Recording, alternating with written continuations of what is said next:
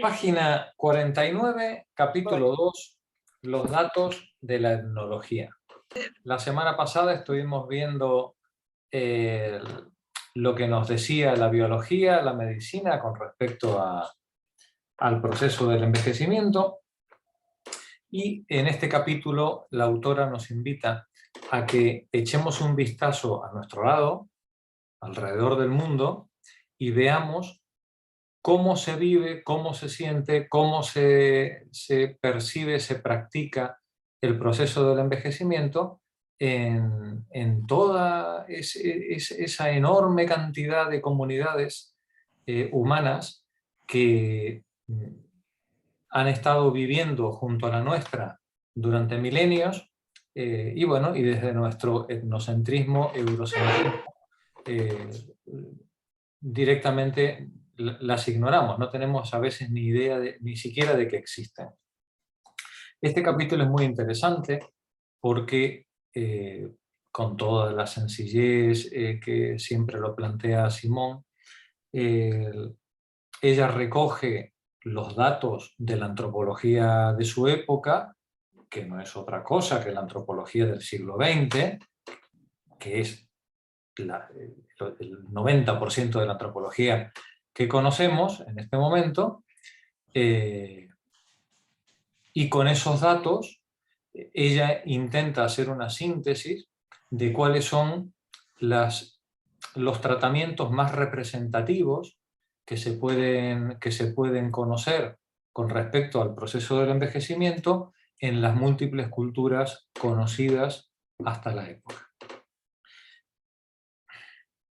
Y digo, he dicho antes, la antropología del siglo XX es el 80 o el 90% de la antropología que tenemos,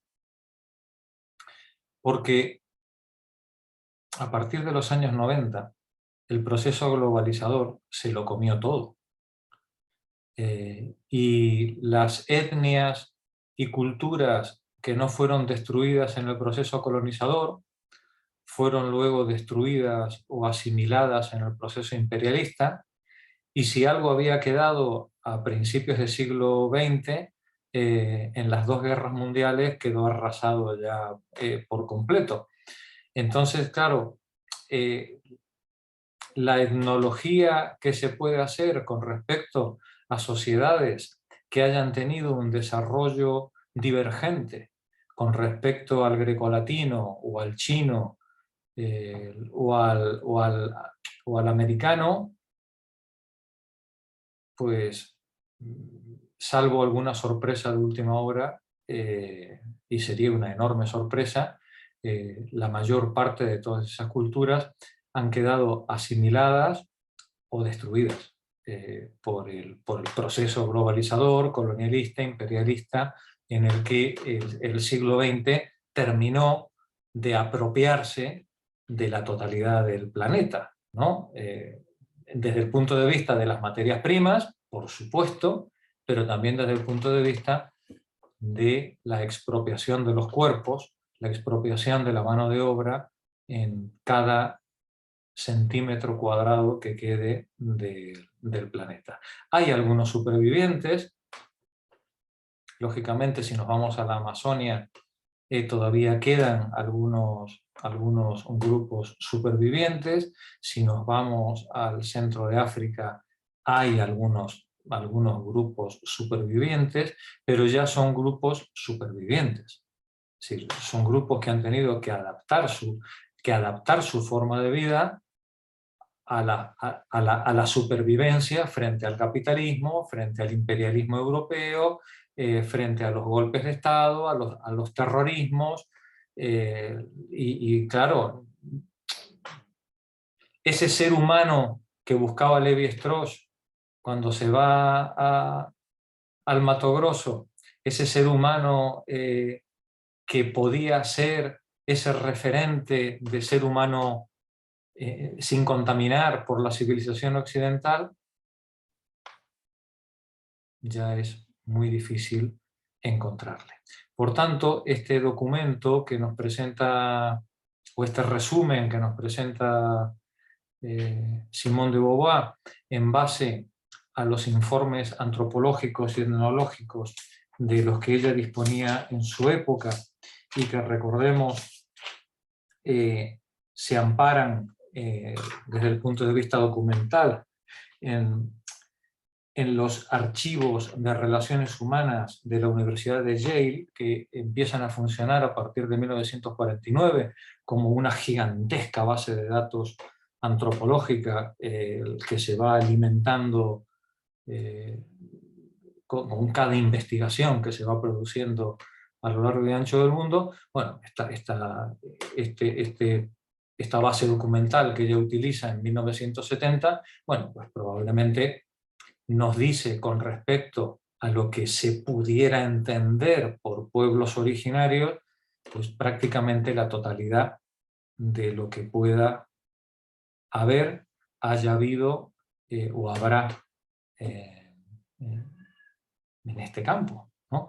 Se podrán descubrir nuevas cuestiones arqueológicas, nuevos artefactos, se podrán descubrir nuevas relaciones, nuevas evidencias de tipo lingüístico, pero ya no hay un pueblo al que el etnólogo pueda acudir e intentar estudiarlo en su posición previa a la contaminación europea, capitalista u occidental.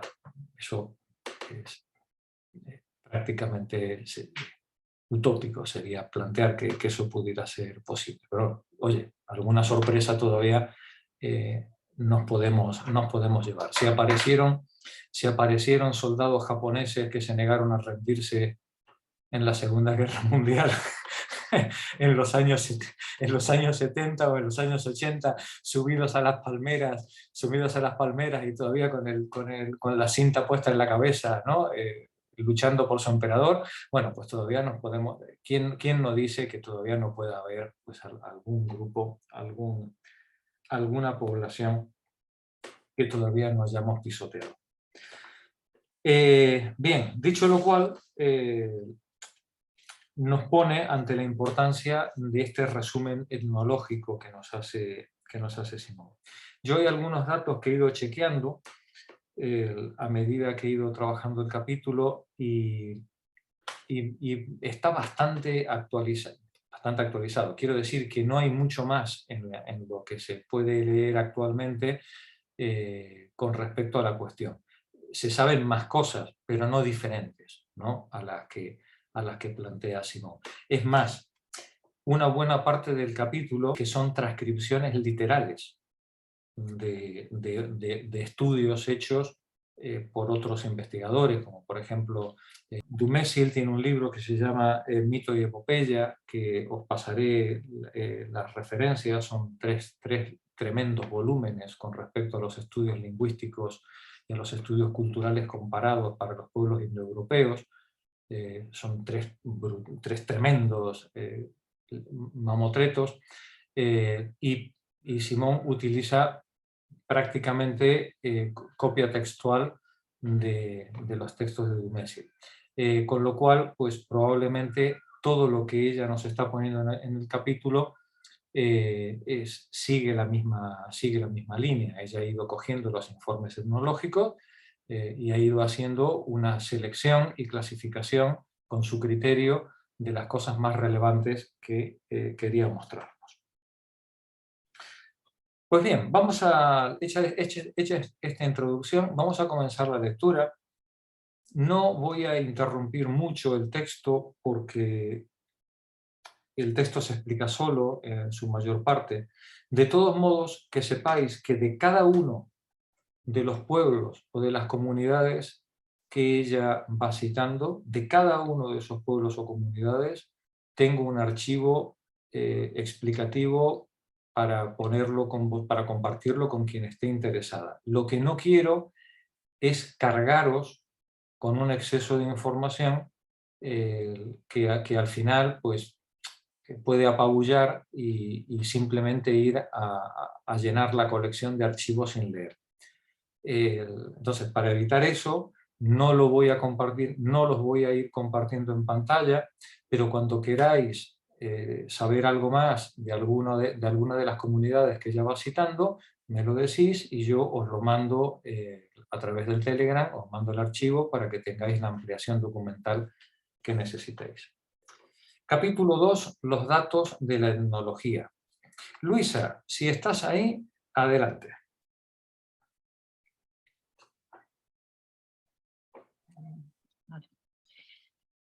Los datos de la etnología. No hay colectividad humana, por rústica que sea, que no posea cierta cultura. Las actividades que el hombre ejerce con ayuda de instrumentos fabricados por él constituyen un trabajo a partir del cual se establece por lo menos un patrón de organización social. No tratemos, pues, de imaginar lo que sería para él una vejez natural. Es decir, perdón un momento, es decir, no hay vejez que no esté mediada por sus artefactos y por su comunidad. ¿Vale? No intentemos imaginar cómo es una vejez natural. No, la vejez siempre está mediada por la comunidad y su cultura. Continúa. Bueno, pero aunque incluso cuando se trata de ellos, la palabra naturaleza se presta a controversia. Se puede observar qué pasa entre los animales. En muchas especies, sobre todo cuando están evolucionadas, son los animales viejos y experimentados gozan de un gran prestigio, transmiten a los otros las informaciones que han adquirido en el curso de su experiencia. Lee más lentamente, Luisa, por favor. Sí. El puesto que cada uno ocupa en el grupo está en relación directa con el número de años que cada uno tiene. Los zoólogos han referido a este respecto cierto número de observaciones curiosas. Entre los chovas, un pichón manifiesta miedo, los otros no le prestan atención. Pero si un macho viejo da la señal de alarma, todos emprenden el vuelo. Detente un momento, Luisa. Sí. Nos dice Simón que entre los animales, si quisiéramos decir, bueno, ¿cómo es la vejez en el estado natural? ¿No? Dice, bueno, pues entre los animales, la posición de cada individuo está relacionada en los grupos, está relacionada fuertemente con la edad. Y nos pone el ejemplo, un ejemplo simpático, ¿no? Que es el de los pájaros, ¿no? Los chovas son unos pajaritos, y cuando un chova jovencito se queja de que tiene miedo, nadie le hace ni caso. Pero cuando el chova viejo se asusta, nadie mira atrás, ¿no? Es decir, salen todos corriendo despavoridos por si acaso. Si el viejo ha piado, por algo será, ¿no? Continúa. Los chavas viejos experimentados son los que enseñan a los otros a conocer a sus enemigos. Los colaboradores del zoólogo Yerkes enseñaron a un joven chimpancé a obtener bananas manipulando un aparato complicado. Ninguno de sus congéneres trató de imitarlo. Se hizo hacer el mismo aprendizaje a un chimpancé viejo y por lo tanto la categoría superior todos los otros observaron y lo imitaron. Es decir, cuando el chimpancé viejo utiliza el mismo aparato, lo que antes el resto de los chimpancés habían ignorado, al hacerlo el viejo, estos otros intentan imitarlo. Termina el párrafo, Luisa. Solo imitan por principio a los congéneres de categoría superior. Gracias, Luisa. Mari, continúa tú.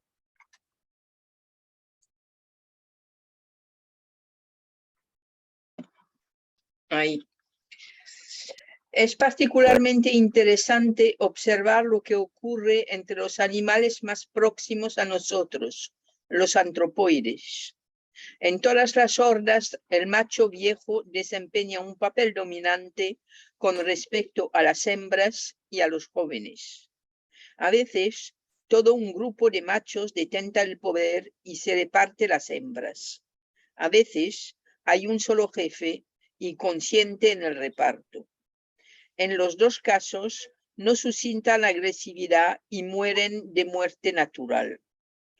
Pero ocurre también que el macho más viejo acapare a las hembras y que los jóvenes solo puedan acercárseles clandestinamente y a riesgo de severos castigos. Todavía robusto a los 50 años, defiende a las hembras y a las crías contra las fieras, cuando éstas los atacan. Al adquirir edad y fuerzas, los jóvenes se rebelan contra él, lo acechan. El viejo se debilita. Sus dientes, que son su arma más terrible, se rompen y pudren. Cuando los jóvenes sienten que ha llegado el momento, ya sea porque el combate contra una fiera lo ha agotado o porque es su destino, el mayor se lanza contra él. A menudo lo mata o lo hiere de muerte. Aunque la herida sea leve, el viejo se sabe vencido, tiene miedo. Abandona el grupo que su agresor ha tomado a su cargo y vive solitario. Le cuesta alimentarse y se desmejora. Entonces suele ser presa de las bestias salvajes. Es decir, O en el bien, caso de los antropoides, pareciera que estamos ante un caso de aislamiento, ¿no? Cuando el macho dominante, por edad, tiene que al final ceder el paso a su sustituto, dice Simón, bueno, pues este macho pues se aleja, ¿no? Y ya, claro, no tiene recursos para alimentarse de forma satisfactoria por sí mismo, y poco a poco pues, se va debilitando hasta acabar siendo pasto de otro animal más grande que él, ¿no? Continúa. entonces suele ser presa de las bestias salvajes. O bien contrae enfermedades mortales o queda inválido e incapaz de subvenir a sus necesidades. Se muere de hambre. Todavía es robusto cuando los machos más jóvenes se desembarazan de él y no representa una carga por la comunidad. No solo porque todavía es activo, sino porque se la puede considerar como una sociedad de abundancia, dada la riqueza de la naturaleza donde evoluciona la horda y la facilidad con que se desplaza el problema de alimento no se le plantea. Si el viejo macho es maltratado, como lo será su sucesor, es porque ha monopolizado a las hembras y tiranizado a los jóvenes. En ningún caso se mata a las monas viejas. La horda las toma a su cargo. Fijaos, ¿no? Qué curioso, ¿no?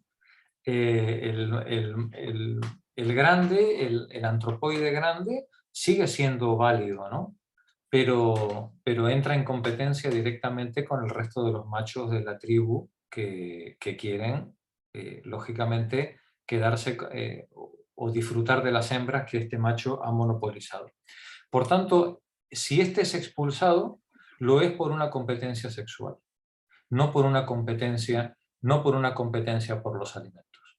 Las monas viejas, nos dice Simón, esas permanecen hasta morir junto a la tribu. Entre otras cosas, porque además, desde el punto de vista económico, entre comillas, siguen colaborando, siguen haciendo recolección, cogiendo gusanitos, sirven de advertencia para la llegada de alimañas, ¿no? Es decir, siguen cumpliendo perfectísimamente su función, que la podría cubrir también el macho viejo que ha sido expulsado, pero el macho viejo es un competidor sexual.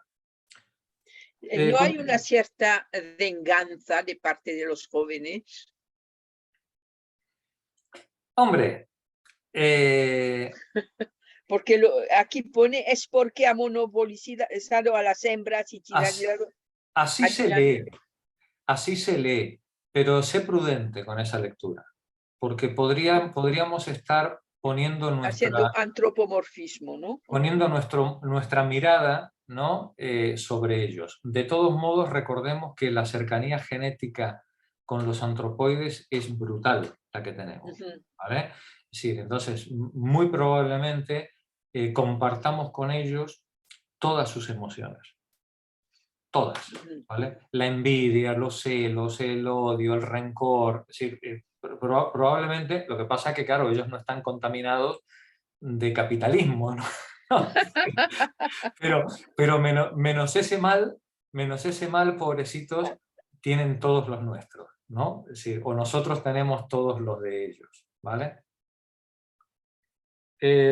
Has terminado de leer, ¿verdad? El párrafo. Sí, al final de la página 50. Ahí está.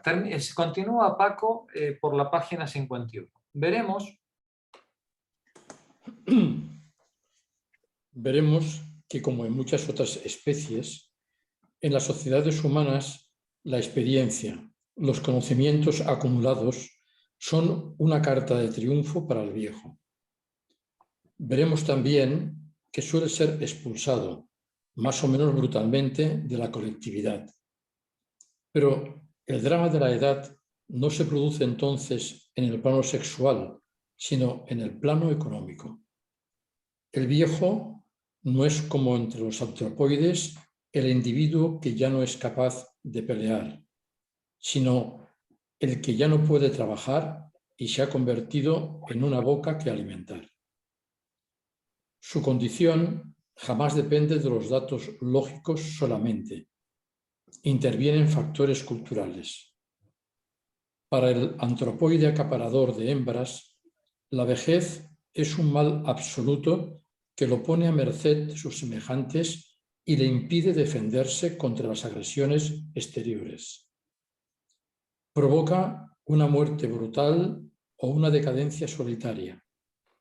En cambio, en las comunidades naturales, ese flagelo natural que es la vejez está integrado en una civilización que siempre ha tenido, aunque sea en pequeñísima medida, el carácter de una antítesis y que puede, pues, modificar profundamente su sentido. Detente un momentito, Paco. Nos dice la autora, para el antropoide acaparador de hembras, la vejez es un mal absoluto que lo pone a merced de sus semejantes y le impide defenderse contra las agresiones.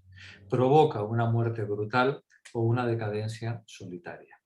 En cambio, en las comunidades, entre comillas, naturales, deberíamos poner entre comillas, esas comunidades primitivas, ese flagelo que es la vejez está integrado en una civilización que siempre ha tenido, aunque sea en pequeñísima medida, el carácter de una antifisis. Fisis es naturaleza, ¿vale? Es antinatural, entre comillas, en el sentido de que no es algo que esté dado en la biología o en el entorno ecológico, sino que es una construcción intelectual de esa comunidad a través del lenguaje, los ritos, las normas, las costumbres.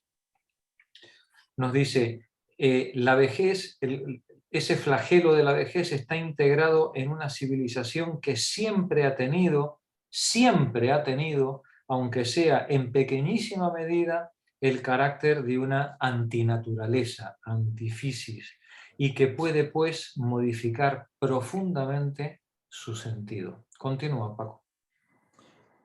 Así, en ciertas sociedades se ve que los viejos acaparan a las mujeres cuando han perdido su fuerza física, gracias a un prestigio que los defiende contra la violencia. Sin embargo, cualquiera que sea el contexto, los datos biológicos permanecen.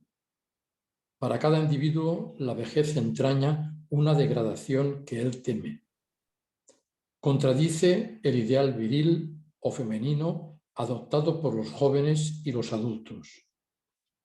La actitud espontánea es negarla en la medida en que se define por la impotencia, la fealdad, la enfermedad.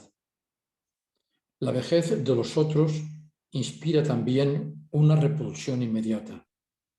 Esta reacción elemental subsiste incluso cuando las costumbres la reprimen. Es este el origen de una contradicción de la que encontraremos numerosos ejemplos. Vamos a ver esos ejemplos. Monse, adelante tú. Toda sociedad... Perdón, Monse. Mercedes, perdona, te he cambiado el nombre. No pasa nada, es bonito, ¿eh? Te he ignorado por completo, discúlpame. Bueno, toda sociedad tiende a sobrevivir, exalta el vigor, la fecundidad, ligados a la juventud, teme el desgaste y la esterilidad de la vejez. Es lo que se deduce, entre otras cosas, de los trabajos de Fraser. James Fraser. James Fraser es el autor de una de las obras más importantes en cuanto a su primacía y en cuanto a su volumen con respecto a la magia, la religión y los mitos, que se llama La Rama Dorada. Si queréis, algún día lo tenéis en PDF para descargaroslo. Es decir, es una de esas obras de finales del siglo XIX que son de obligada lectura para cualquiera que quiera iniciar el camino en el mundo de la mitología, de las religiones, la magia de los pueblos primitivos. La Rama Dorada, de 1890. Adelante, Mercedes. En muchas colectividades, dice, se venera al jefe como una encarnación de la divinidad que después de su muerte habitará en el cuerpo de su sucesor. Pero si la edad la debilita, ya no podrá proteger eficazmente a la comunidad. Por eso hay que matar al jefe antes de que empiece la declinación. Fraser, ¿es Fraser? Sí. Fraser. Explica así el asesinato del sacerdote de Nemi en la antigüedad y el que se practicaba todavía a principios de siglo entre los Siluks del Nilo Blanco.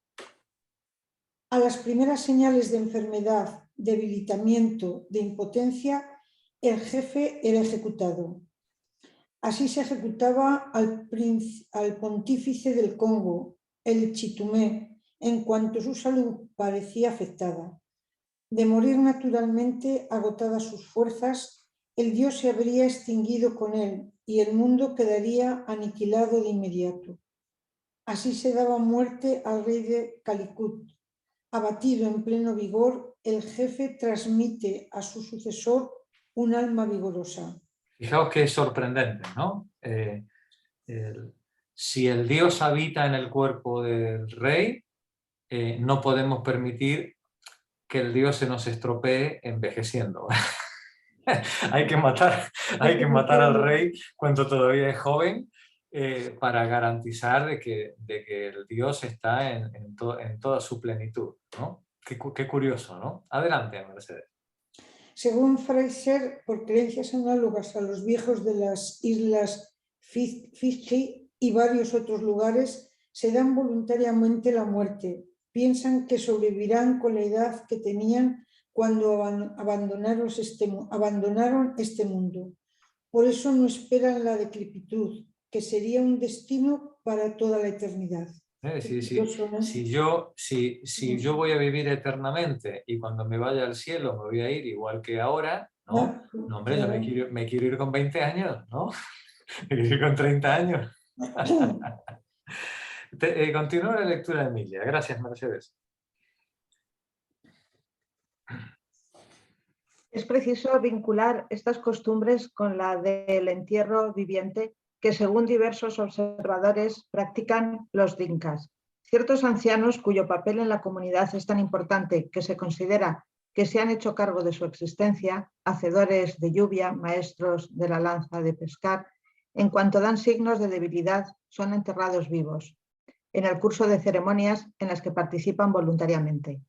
Se piensa que si exhalaran naturalmente el último suspiro, en lugar de conservarlo en el interior de sus cuerpos, la vida de la comunidad se extinguiría con ellos.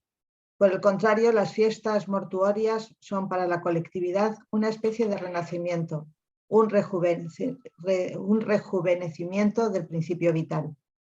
El paso del tiempo entraña desgaste y debilitamiento.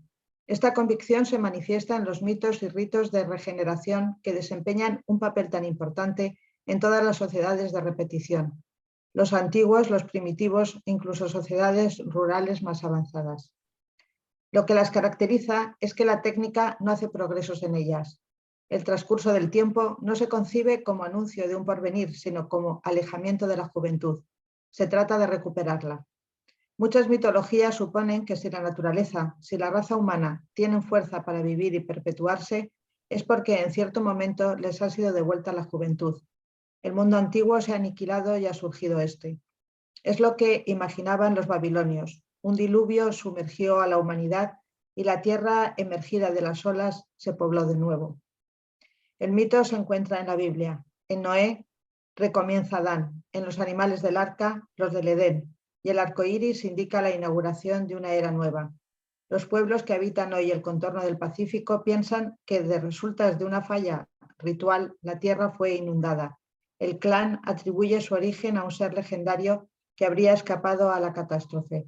Sus tierras, periódicamente fertilizadas por las crecidas del Nilo, sugirieron a los egipcios la idea de una regeneración permanente. Osiris, dios de la vegetación, moría todos los años con las cosechas y renacía cuando germinaba el grano, en todo el fresco vigor de una juventud indefinidamente resucitada. Lee por favor la nota 3, Emilia. Sí. Soñando con una edad de oro en que la especie humana habría escapado a la muerte, los bambaras suponen que la vida era entonces un perpetuo retorno de la vejez a la infancia. Los viejos subían a un árbol sagrado y se abrían las venas. Bajaban vaciados de su sangre. Los jóvenes les arrancaban el vello y les pegaban. Los viejos perdían el conocimiento y se volvían niños de 7 años. Los Bambara son una comunidad de África Occidental. Gracias, Emilia. Begoña, continúa tú si tienes el texto. Numerosos ritos tenían o tienen todavía por objeto borrar el tiempo transcurrido durante cierto ciclo. Entonces se puede recomenzar de nuevo una existencia libre del peso de los años. Entre los babilonios, durante las ceremonias del Año Nuevo, se leía el poema de la creación. Entre los hititas se reactualizaba el combate de la serpiente contra el dios de Teshu y la victoria que se permite a este ordenar y gobernar el mundo. En muchos lugares el fin de año viejo está marcado por fiestas en que es liquidado. Se lo quema en efigie, se apagan unas hogueras y se encienden otras. Se desencadenan orgías que retrotraen al caos primordial. Esto es un tipo de ritual que aquí en Europa es muy conocido, ¿no? Es decir, esto de que vamos a prenderle fuego a todo lo viejo y vamos a empezar de nuevo, ¿no? Continúa, Begoña, vamos a ver las Saturnales. La inversión de las jerarquías sociales, las Saturnales, tendía también a la negación del orden establecido. La sociedad, el mundo se disuelve, se los recrea entonces en su frescura original. Estas Saturnales eran una festividad romana, no de siempre, es una festividad política que se introduce allá por el siglo II, antes de nuestra era. Y además se introduce, creo recordar que fue porque perdieron una batalla de estas catastróficas los romanos y la autoridad política no veía mejor manera de congraciarse otra vez en el prestigio con el pueblo que hacer 4 o 5 días de fiesta y así ganarse un poquito la voluntad del pueblo, ¿no? En las Saturnales, lo que se hace en la última semana de diciembre, de nuestro diciembre, lo que se celebra es el fin de la oscuridad.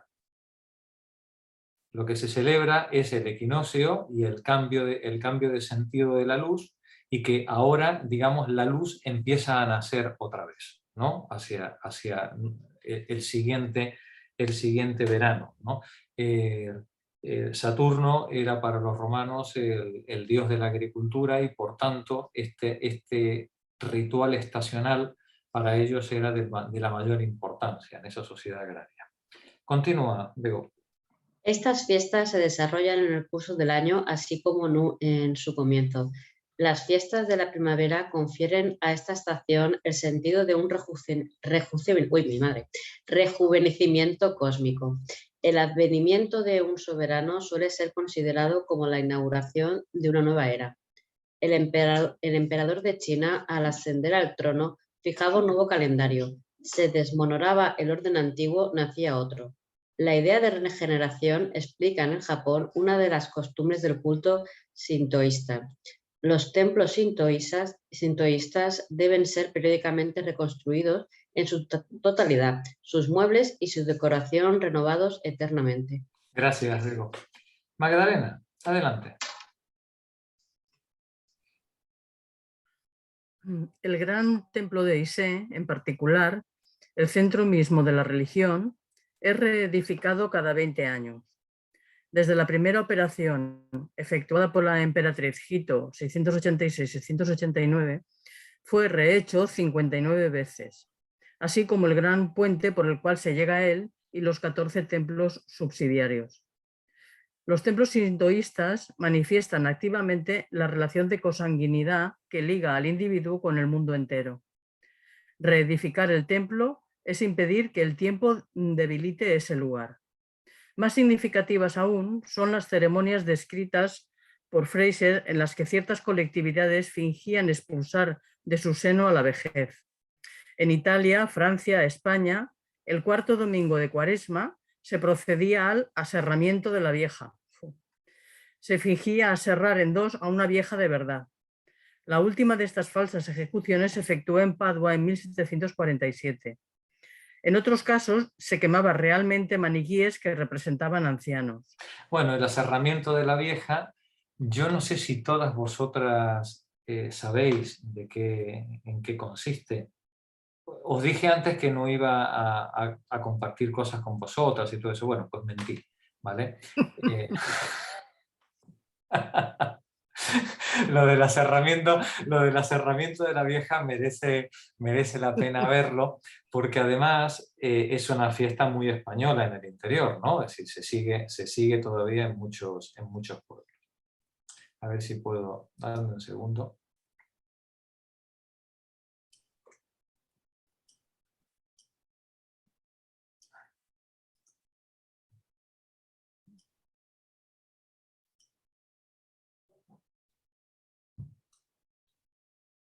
Yo no lo había oído nunca.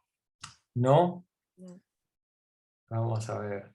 Yo tampoco, la verdad. Y su mayorcita. Ni yo tampoco.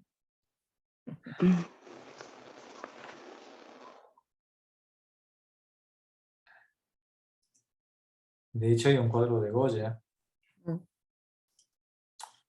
A ver si lo encuentro. Un momentito, a ver si encuentro el cuadro de Goya. Efectivamente, aquí está.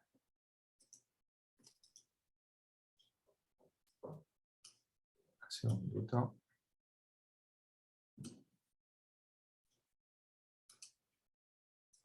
Comparto pantalla. ¡Hala! Aquí tenéis. No lo había visto yo tampoco nunca. Y esto es de Goya. Aquí Ostras. tenéis Parece la Inquisición. parte. Bueno, es que es una festividad religiosa. Oh, Es una festividad religiosa, lo de partir la vieja. Aquí tenemos un... Este es el... Ay, qué lástima, se ve mal la imagen. Aquí tenemos un... Este dibujo está sacado de Puente Genil. En la festividad que se hace Puente Genil en Córdoba, el cerrado de la vieja. Y aquí tenéis otra vieja en Salamanca, que como veis tiene 7 piernas. No sé si os dais cuenta que esta pierna no es igual que las otras. No es igual que las otras, ¿no? Bueno, vamos a ver la explicación que nos dan en La Rioja, en la revista esta de Cultura Popular, de El Día de las Viejas. Creo que estaba leyendo Magdalena. No sé si alcanzas a ver Magdalena. ¿Sí? La Cuaresma es un periodo de penitencia que precede a la Semana Santa. Se celebra entre el miércoles de ceniza y el domingo de Ramos, y durante el mismo la Iglesia Católica rememora los 40 días y 40 noches que Jesús estuvo en el desierto ayunando y siendo tentado por Satanás. Sus fieles, para comprender mejor el significado de este acto del Señor, deben en este tiempo acatar una serie de normas de carácter muy estricto establecidas por la Iglesia, que en nuestro país han sido obligado cumplimiento hasta hace pocos años. Se exigía ayuno y se prohibía comer carne y tomar vino. No podían celebrarse en España bailes, ni practicarse juegos o representarse comedias. No estaban permitidos los espectáculos ni manifestar alegría. Incluso en algunos pueblos era costumbre suspender noviazgos y cortejos. Tampoco podía realizarse el culto a los santos ni celebrar matrimonios o bautizos. Los servicios religiosos, sin embargo, se multiplicaban, así como las comuniones y sermones. Tales privaciones eran imperativas para toda la población con independencia de su edad y situación, aunque para los niños era más difícil sobrellevarlas al carecer de la capacidad necesaria para comprender su sentido religioso. Aquí tenemos imágenes de la festividad. Continúa, por favor. Este periodo oscuro. Este periodo oscuro de la Cuaresma recibió popularmente el sobrenombre de la Vieja. La población comenzó entonces a representarla físicamente como un muñeco de tela, de cartón o papel con 7 patas. Las mismas que semanas dura esta transición entre el Carnaval y la Semana Santa. Así lo recoge Julio Caro Baroja en su libro El Carnaval, en Madrid y otras localidades.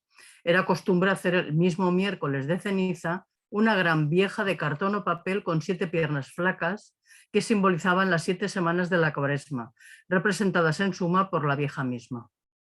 Una muñeca que era coronada con un cetro de espinacas y cubierta con un manto negro en el entierro de la sardina. La Vieja era colocada en una casa. A medida que iban pasando las semanas de la Cuaresma, se iban cortando las piernas a la Vieja hasta que terminaban las 7. La Vieja era una especie de calendario, ¿no? Continúa. Esta representación de la Cuaresma se popularizó mucho y cada casa llegó a tener la suya a modo de calendario. Un calendario que recibe el sobrenombre de la Cuaresmera y al que cada domingo se le iba arrancando o doblando una pierna. Aquí tenéis la Cuaresmera que os mostré antes de Salamanca, ¿no? A la que le van quitando una pierna a cada una de ellas. Disculpa, te lo vuelvo a poner el texto. Continúa. El Tare o mitad de la Cuaresma. La celebración de la mitad de la Cuaresma, también llamada Lactare, tiene su origen en la Europa medieval y surge de la necesidad del pueblo de hacer un descanso tanto espiritual como en lo referente al ayuno durante este duro periodo. La fiesta coincide con un jueves en la semana del domingo central de la Cuaresma y se ha conservado en distintos lugares de España con diferentes nombres y representaciones, existiendo constancia documental de su celebración desde el siglo XVII. Así encontramos que en los distintos lugares se celebra el Día de la Vieja, Partir la Vieja, Matar la Vieja, Serrar la Vieja, la Sierra Vieja, las Viejas, Sabia Corema y la Vieja Remolona. De todas estas acepciones, la de Partir la Vieja es la que mejor se aproxima al significado de la fiesta. El de hacer un alto en el cumplimiento del ayuno y la abstinencia justo a la mitad del camino a recorrer. Bueno, yo creo que es suficiente con esto. Os dejaré el documento entero para quienes tengáis más curiosidad. Ya veis la fiesta de Partir la Vieja o de Serrar la Vieja. Claro, forma parte de una tradición de la... Antes decía Pepa, parece más la Inquisición que otra cosa. Pues sí, efectivamente, parece más la Inquisición que otra cosa, ¿no? Sí, porque además en el Museo de la Inquisición de Granada, uno de los castigos era serrar a una persona por la mitad. Pues mira, así. Solo que ahí la fiesta solamente la hacían los jueces, ¿no? Sí. Magdalena, termina la página, por favor. En un plano mítico. En un plano mítico, las sociedades repetitivas temen, pues, el desgaste de la naturaleza y de las instituciones y se defienden de él. No se trata de que esas sociedades vayan hacia un futuro nuevo, sino de conservar intacto, reanimándolo ritualmente sin cesar, un pasado reverenciado sobre el cual se modela el presente. El problema es muy distinto cuando la comunidad tiene que ver con individuos de carne y hueso, pues debe establecer con ellos relaciones reales. La vejez es detestable, se la expulsa. Pero cuando el viejo no expresa el envejecimiento del grupo, como ocurre en general, no hay a priori razón para suprimirlo. Su condición se establecerá empíricamente según las circunstancias. Como la edad lo ha vuelto improductivo, representa una carga. Pero ya lo he dicho, al decidir su suerte, el adulto en ciertas sociedades escoge su propio porvenir. Tiene en cuenta su interés a largo plazo.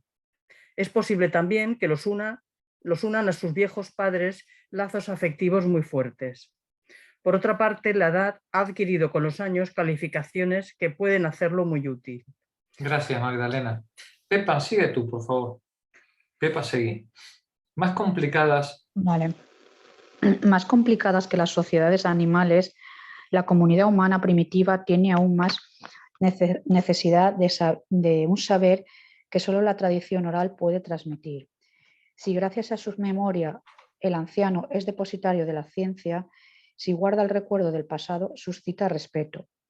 Por último, tiene ya un pie en el mundo de los muertos. Eso lo destina al papel de intercesor entre la tierra y el más allá, y le confiere también poderes temibles. Esos factores intervienen en la definición de su condición. Observemos, por lo demás, que entre los primitivos son escasos los que llegan a los 65 años. Su número excede rara vez el 3% de la población. En general se considera viejas e incluso muy viejas a las gentes de 50 años. En este capítulo llamaré viejos de edad y ancianos a aquellos que son tenidos por tales en la colectividad y que en la mayoría de los casos lo son biológicamente. Para estudiar su condición me apoyaré en los trabajos de los etnólogos. He utilizado fundamentalmente los Human Relation Areas Files que me han comunicado amablemente el Laboratorio de Antropología Social. Las informaciones recogidas son a veces muy antiguas, a veces incompletas o de valor inseguro. Es preciso, pues, proceder aquí con prudencia.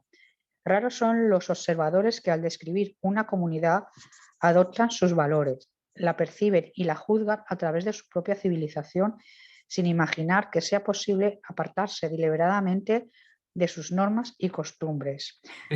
Aquí ella hace esa observación de prudencia que que comentábamos antes. Me acuerdo cuando Marí creo que preguntaba de los antropoides, ¿no? Es decir, bueno, es que muchas veces es muy difícil separar la moral del investigador de los hechos observados. Y como la teoría guía la observación, todos los prejuicios previos con los que yo acudo a la investigación condicionan mi mirada. Y me pueden hacer ver cosas que están más en mi cabeza que en los hechos que estoy observando, ¿no? Este sentido de prudencia que hay que tener con respecto a lo que se observa, que hoy en día entiendo yo que en la ciencia social es una evidencia. Bueno, pues aquí Simón está dejando claro que ella también comprende perfectamente esta diferencia que ya Marvin Harris formalizó bajo los criterios de Ethic-Emic, ¿no? Cuando dice, cuando yo estoy describiendo un comportamiento social, tengo que distinguir claramente qué elementos serían reconocibles por la persona que está actuando y por tanto forman parte del conjunto de creencias y de comportamientos aceptados por la comunidad que estoy estudiando, y qué cosas está incorporando el investigador desde su punto de vista occidental científico, que tiene que traducir a número y a cantidades, dimensionar el fenómeno que está observando, ¿vale? Esta distinción entre lo ético y lo emic es esta distinción que exige ser prudentes a la hora de juzgar, valorar o sacar conclusiones con respecto a lo observado. Continúa. Jorge, yo creo que además también hay otra cosa, que es que la observación también puede modificar quiero decir que eso a veces en los ensayos científicos también pasa, quiero decir, la propia observación modifica la... Totalmente, Magdalena. Imagínate, y si la observación puede modificar los resultados en biología, imagínate lo que puede ocurrir cuando la cosa observada es un sujeto hablante. Lévi-Strauss contaba en uno de los capítulos de Tristes Trópicos una anécdota muy divertida, pero muy humana y muy tierna, cuando él está en una de estas tribus, ahí en la Amazonia. Él va con su libreta libreta tomando nota de los vocabularios, los comportamientos, los rituales de toda la gente. Y el jefe de la tribu no hace más que estar atento a lo que Levi-Strauss está haciendo, ¿no? Y cuando Levi-Strauss le entrega a los de la tribu un montón de folios y lápices para que les dibujen todos los dibujos que se hacen ellos en las caras, ¿no? Todas las pinturas que se hacen las mujeres. Creo que eran caduveos, creo que estaba en una comunidad caduvea. El jefe de la tribu le pide también, él también quiere su lápiz y su papel, ¿no? Y el jefe de la tribu, cuando va a hablar con Levi-Strauss, no utiliza el intérprete. Levi-Strauss siempre va con un intérprete, ¿no? Pero el jefe de la tribu no utiliza un intérprete. El jefe de la tribu siempre coge un papel, hace unos cuantos garabatos y se lo da a Levi-Strauss, ¿no? Claro, Levi-Strauss mira los garabatos. ¿Qué me está queriendo decir este tipo? Pero bueno, él, como es el jefe, le trata con todo respeto, ¿no? Tal. Y todos los días el jefe de la tribu va con unos cuantos garabatos y se lo da y le dice unas cuantas palabras, Levi-Strauss le contesta y el otro se va tan contento. Hasta que al final se da cuenta Levi-Strauss de lo que está ocurriendo. La escritura es un arcano de tal poder que el jefe de la tribu no puede permitir que sus compañeros de tribu crean que él no es capaz de comunicarse por medio de eso con el antropólogo. Y entonces imita, digamos, él sabe que Levi-Strauss no está entendiendo nada, faltaría más, ¿vale? Sí. Pero lo único que necesita es que sus compañeros se crean que él se comunica con el otro por medio de papeles escritos, ¿no? Bueno, aquí tenéis un ejemplo tremendo, ¿no? De cómo la sola presencia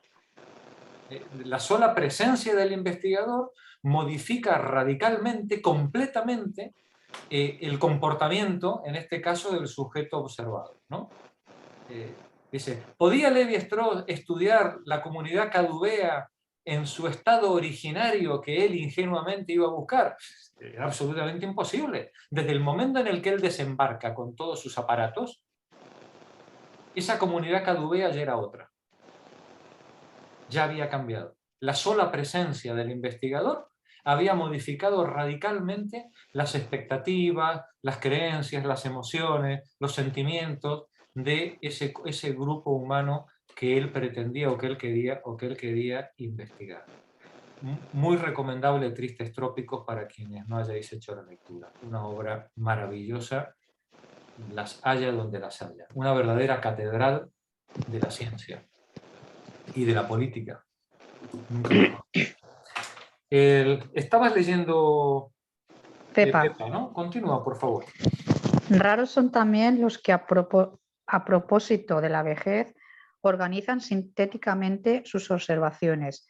Tampoco se interesan mucho en ella. Transmiten hechos a menudo ininteligibles, cuando no contradictorios. Voy a tratar de relacionar los datos que se poseen sobre la condición de los viejos con la estructura conjunta de la comunidad. Sé que un muestrario corre el riesgo de ser arbitrario, pero la estadística no lo es menos, no aclara nada. En cambio, por aproximaciones, por contrastes, quizás sea posible aclarar relaciones significativas. Otra frase demoledora de Simone de Beauvoir. Aquí tenéis otra vez a la gran filósofa. No es científica, ¿vale? Ni lo pretende, pero hay 4 ideas que las tiene clarísimas, ¿no? La mirada del observador modifica el sujeto observado, ¿vale? Y segundo, la estadística no dice nada, ¿vale? Sí, es mucho más importante una selección con un criterio y tener claro cuál es el criterio de la selección que se hace de los datos observados, que pretender que la mera acumulación de datos nos da imparcialidad o pretender que la mera acumulación de estadística nos va a dar alguna información que sea relevante. Eso no funciona así. Tanto la estadística como la selección de los datos, lo decíamos antes, están guiados por las teorías y prejuicios previos con los que se acerca el observador, el investigador, al sujeto de estudio. No ser capaces de formalizar eso, no ser capaces de evidenciar cuáles son los prejuicios de partida con los que el investigador arranca, eso contamina toda la investigación y la invalida. Aquí tenéis otra vez a la gran filósofa con 4 ideas muy claras, ¿vale?, con respecto a cómo aproximarse a un objeto de estudio. Continúa, por favor. Por sus condiciones de vida, los primitivos son o cazadores, recolectores, o criadores de ganado o agricultores. Las 2 primeras categorías son nómadas. La tercera, sedentaria. Hay también seminómades, criadores de ganado que tienen distintos puntos de reunión, agricultores que desbrozan sucesivamente diversas partes del bosque. Los clasificaré a partir del modo de trabajo y del medio, no según su situación geográfica. Hay más analogías entre los cazadores-recolectores de Australia y África que entre estos últimos y los campesinos africanos. Y tenéis otra afirmación demoledora, ¿no? ¿Cuál es el criterio que ella explicita de ordenación de los datos que va a utilizar para la exposición? Dice, los va a clasificar por su modo de producción. Podría haberlo clasificado geográficamente, podría habernos clasificado por tamaño de las comunidades, podría habernos clasificado por religión. No, ella es consciente de que está mucho más cerca un cazador-recolector australiano de un cazador-recolector amerindio que un cazador-recolector amerindio de un agricultor mexicano o guatemalteco, por supuesto. Sí. El modo de producción va a definir en buena medida, o va a condicionar en buena medida, la estructura ideológica, mental, religiosa con la que la gente se desenvuelve en su vida, ¿vale? Por eso ella va a hacer una clasificación primero entre cazadores y luego entre pueblos agricultores o gente con industria de pesca, que ya veremos más adelante. Jorge, ¿en qué página estábamos? Estamos terminando la 56 y empezando la 57. Perfecto. Vale, gracias, Pepa. Continúa la lectura. Pepa Martínez. Ya estábamos en la 57, ¿no? En el primer es párrafo. frecuente. 57. Es frecuente que haya mucha distancia entre los mitos creados por una colectividad y sus costumbres reales. Este hecho es sobre todo evidente en lo que concierne al papel de los viejos en las sociedades primitivas. Entre las más desheredadas, muchas exaltan míticamente la vejez. Entre los esquimales son numerosas las leyendas que relatan el salvamento milagroso de un anciano. Un castigo terrible cae sobre las que habían conjurado para desembarazarse de él. En otros relatos se describe a las gentes de edad como magos, poderosos, inventores, curanderos. Los primitivos suelen representar a los dioses como grandes ancianos llenos de vigor y sabiduría. Entre los esquimales, la diosa Nerwig es una mujer muy vieja que vive debajo del agua, con los espíritus de los muertos. A veces se niega a proteger a los cazadores de focas, hasta que un chamán viene a peinar su cabellera. En otros casos, una vieja es la que dirige los vientos. Entre los Hopis, una vieja mujer araña es la inventora del artesanado. Los ejemplos abundan, pero veremos que en la práctica nada influye en estas fábulas. Sí. Nada influye en esas fábulas. Es decir, que independientemente de que las fábulas, como por ejemplo en el caso de los esquimales, consideren la vejez venerable y una terrible atrocidad que alguien les agreda, la realidad es que en la práctica ancestral, bueno, ya lo veremos más adelante, el cenicidio más o menos voluntario o involuntario, pues era lo corriente, ¿no? Y aunque en otras comunidades tengamos a diosas muy reputadas cumpliendo papeles estelares en el mundo entre el mundo de los dioses, eso no colocaba a la mujer, desde luego, a la mujer terrenal en una posición mejor, ¿no? Es decir, una cosa es cómo se cuenta el mito y otra cosa es luego cómo se vive la experiencia cotidiana. Bien, vamos a ver a partir de ahora, el resto del capítulo se puede dividir en 3 partes.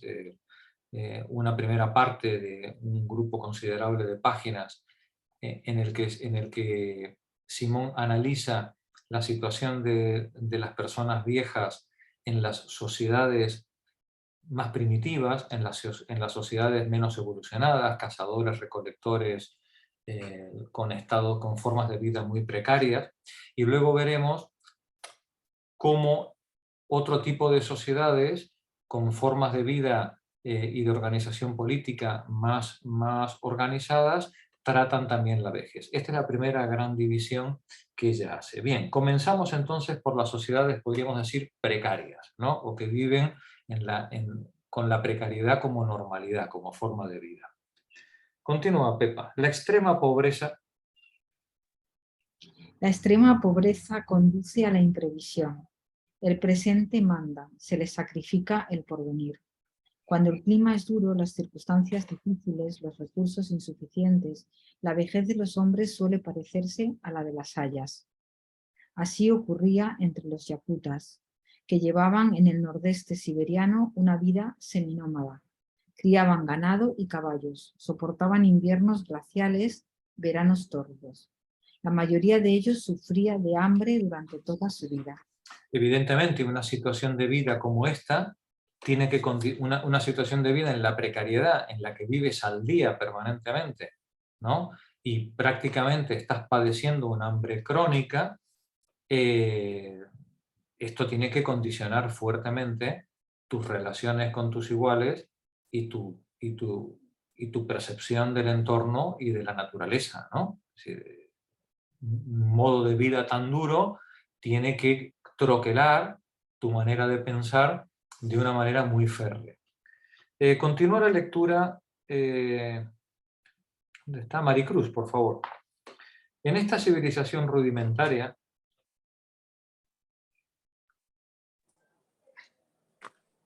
en esta civilización rudimentaria, los dos conocimientos, la experiencia, no podían servir de...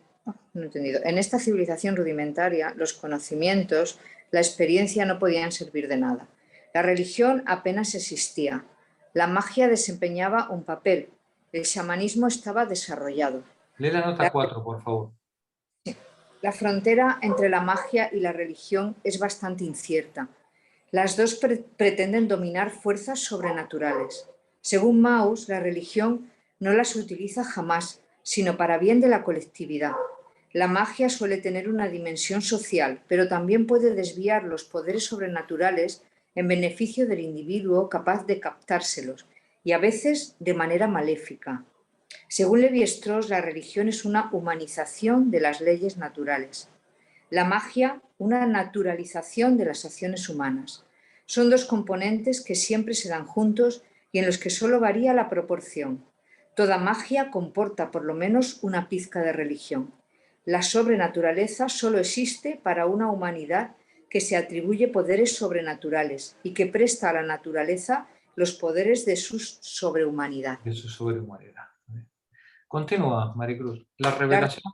La revelación y la iniciación xamánicas tienen lugar en general a una edad poco avanzada, pero los poderes adquiridos no disminuyen con el tiempo. Los viejos chamanes eran los únicos ancianos respetados. La familia era patriarcal. El padre poseía los rebaños. Ejercía sobre sus hijos una autoridad absoluta. Podía venderlos o matarlos. Era frecuente desembarazarse de las hijas. Si el hijo insultaba a su padre o le desobedecía, éste lo desheredaba. Mientras conservaba el vigor, el padre tiranizaba a la familia.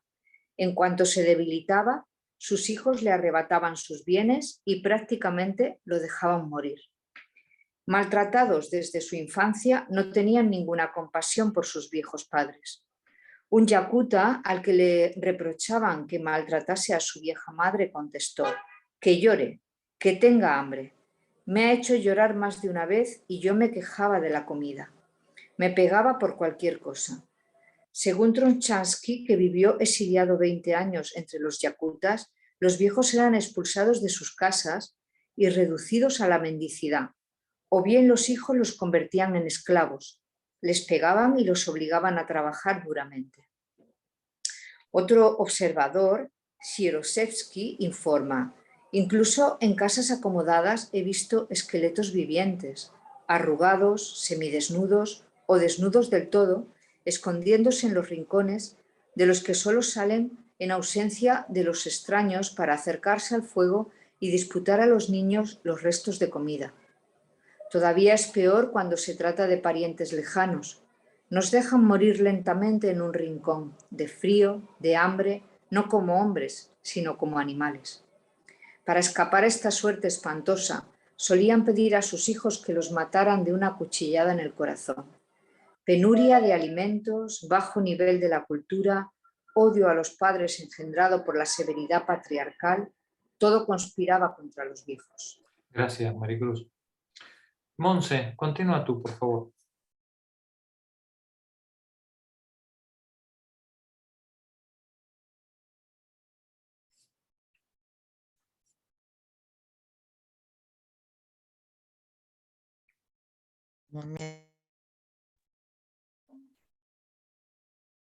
Antes de haber recibido ¿es ahí? Sí. Antes de haber recibido la influencia de la civilización japonesa, la situación era análoga entre los Ainus del Japón. Su sociedad era también muy rudimentaria, el clima muy frío y la alimentación sobre la base de pescado crudo insuficiente. Dormían en el suelo, poseían pocos utensilios, cazaban el oso y pescaban. La experiencia de las gentes de edad les era poco útil. Su religión era un animismo grosero. No había ni templo ni culto. Se limitaban a poner ramas de sauce llamadas Shinao en honor de los dioses y consideradas sagradas. Conocían algunos cantos, pero no tenían ni fiestas ni ceremonias. Su distracción principal y casi única era emborracharse. Los viejos no tenían, pues, tradiciones que transmitir. Las madres descuidaban a sus hijos, que después de la pubertad no les manifestaban ya el menor apego. Cuando los padres eran viejos, nadie se ocupaba de ellos. Las mujeres eran tratadas como parias toda su vida, trabajaban duramente y no participaban en las plegarias. Su suerte empeoraba con los años, pollons. Landor ha contado su visita a una cabaña en 1893. Al acercarme descubrí una masa de pelos blancos y dos garras, casi como delgados pies humanos con largas uñas ganchudas. Había algunas espinas esparcidas por el suelo y suciedad amontonada en ese rincón. El olor era espantoso. Oí una respiración bajo una masa de pelos. Los toqué, los aparté y con un gruñido los delgados brazos huesudos se tendieron hacia mí y aferraron mi mano. La mujer no tenía más que la piel y los huesos, y sus largos cabellos y largas uñas le daban un aspecto aterrador. Era casi ciega, sorda, muda. Sufría al parecer de reumatismo que le había dejado rígidos los brazos y piernas. Tenía señales de lepra. Era horrible, repugnante y humillante mirarla. No era ni maltratada ni cuidada por la aldea o por su hijo que vivía en la misma cabaña, pero era un objeto arrumbado y la trataban en consecuencia. De vez en cuando le arrojaban un pescado. Era un objeto arrumbado. Sí, antes os mentí con lo de que no iba a compartir con vosotras nada. ¿Qué le vamos a hacer? Los Ainu. Vamos a hablar de esta gente. Porque cuando hablemos de la balada del Narayama, no vamos a hablar de los Ainu. Vamos a hablar de la clase campesina japonesa en el siglo XIX, siglo XVIII, siglo XIX, que es donde de forma fantasiosa está ambientada la novela.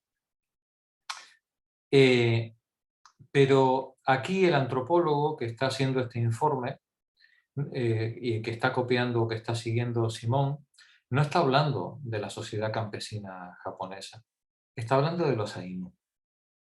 ¿Quiénes son los Ainu? Los Ainu son lo que se considera la etnia originaria del Japón. Una etnia originaria que genéticamente no tiene nada que ver con todo lo que hay en la contornada. Y de hecho es uno de los grandes misterios, una de las grandes sorpresas de la antropología contemporánea, porque estos Ainús probablemente llegaron a las islas del Japón al final de la gran glaciación entre el menos 18.000 y el menos 10.000, cuando se congeló el estrecho de Bering, ¿no? y las poblaciones humanas pasaron al continente americano, pues probablemente también fue el momento en el que la isla de Japón también fue ocupada por los Ainús. Y ahí se mantuvieron con sus formas de vida, tan buenas como las de cualquier otro pueblo, hasta que fueron invadidos y colonizados por las futuras oleadas migratorias y civilizatorias que fueron cayendo sobre la isla. Hago esta salvedad por la fecha que tiene el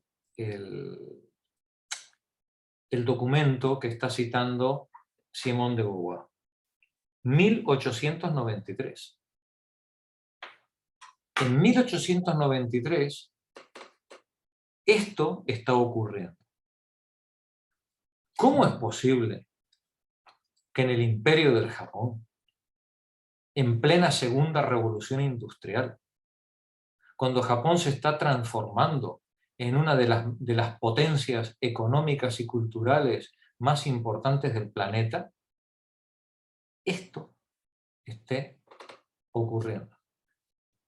Porque el sistema de clases en la revolución industrial no permite que las mieles de la revolución, que las mieles del progreso, lleguen a todo el mundo por igual.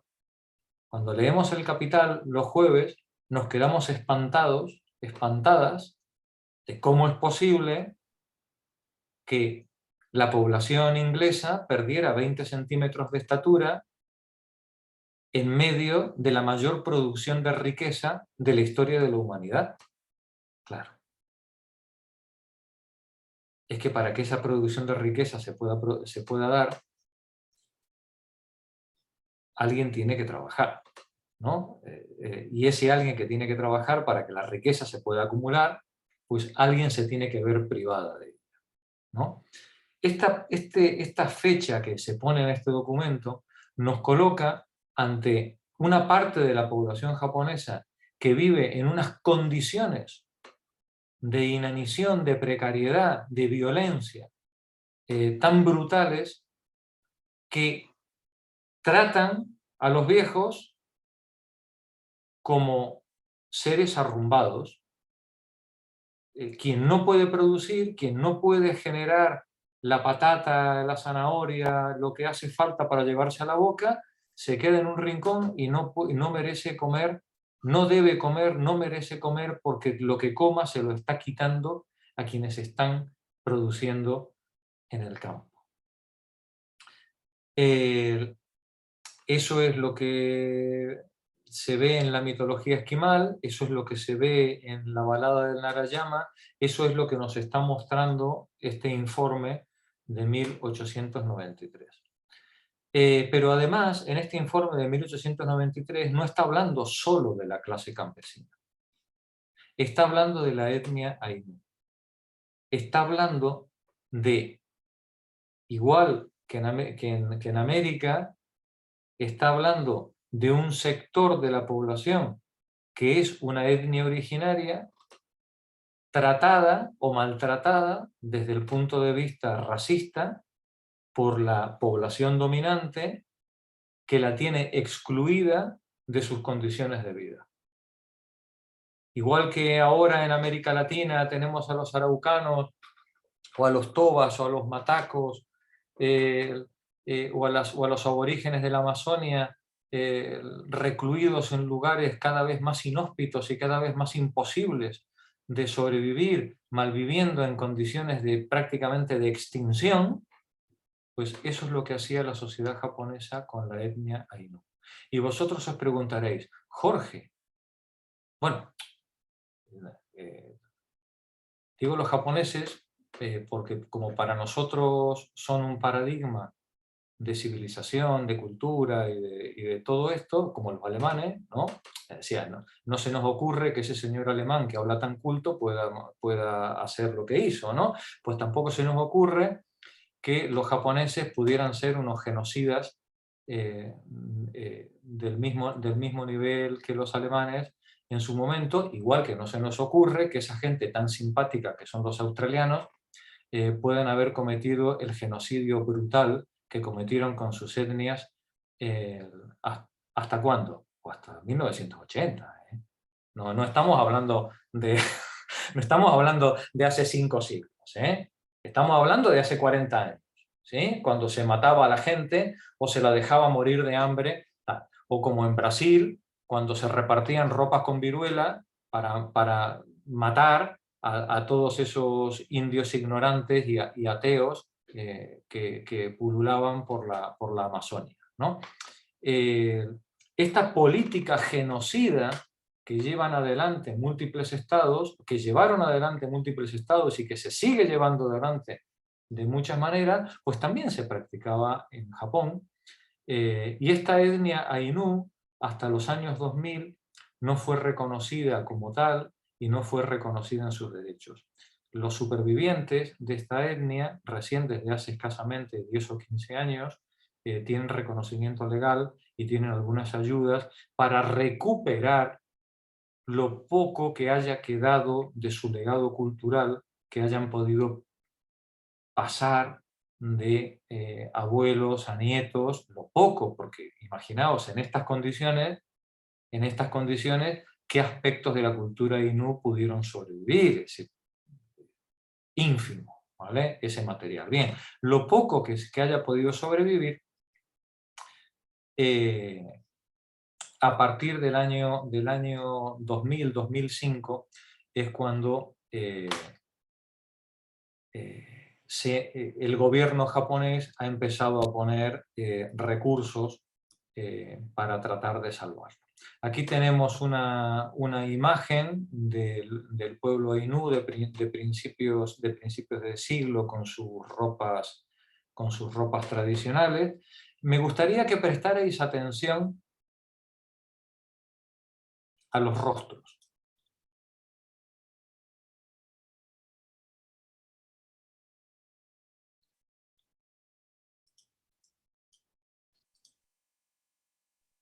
Pues sí, japoneses no parece. La idea que tenemos de japonés, claro. ¿Os dais cuenta que, estos que son los verdaderos japoneses, de japonés no tienen nada? Es decir, pertenecen a una Qué guapos son, además. son guapísimos, guapísimas. Si pertenecen a una etnia ya prácticamente en extinción, con muy poquitos supervivientes. Mirad los rasgos, ¿no? No, de hecho, hay quien insinúa que podrían ser una oleada migratoria que salió directamente de Kenia, allá por el menos 50.000, menos 40.000, y que fue bordeando el mar hasta poder pasar a la isla del Japón desde Vietnam durante la glaciación, ¿no? a partir de la glaciación. Pero pareciera, digamos, tienen más rasgos africanos, ¿no? que propiamente rasgos asiáticos, ¿no? Lo que nosotros entendemos por rasgos asiáticos o amerindios. Che, ¿en qué parte de Japón vive esta pobre gente? Bueno, ahora ya están desperdigados, ahora ya están desperdigados, pero esta gente estaba en la parte norte de Japón, en lo más cerca de Rusia, ¿no? De lo que, del límite ruso. Yo me pregunto cómo harían esas ropas tan lindas que tienen. Ah, Estaba pensando en lo mismo, digo, pues la ropa parece rica, ¿no? Que tenga bueno, una bueno, riqueza. estos En la están foto. vestidos, vamos a ver, estos están vestidos para la foto, ¿eh?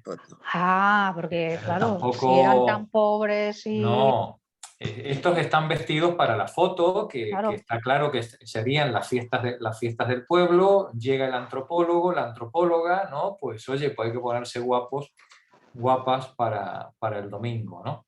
Esta otra foto quizás es más adecuada. Ostras. Es más simple, sí. Esta otra Ostras. foto quizás es más adecuada a la realidad. Voy a ampliar la pantalla para que la podáis ver con todo cuidado.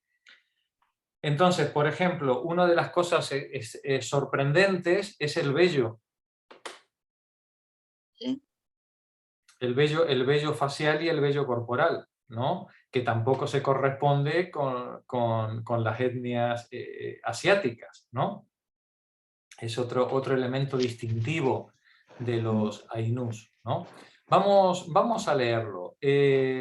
Monse, por favor, ainú. Palabra que significa humano en idioma ainú, es un grupo étnico asentado mayoritariamente al sur de la isla de Hokkaido. Se estima que habitan en esta zona desde el origen de los asentamientos humanos en el archipiélago japonés. Es por ello que se les define como una etnia aborigen. Ainú, un pueblo enigmático. Su gran diferenciación respecto al resto de los japoneses llama poderosamente la atención.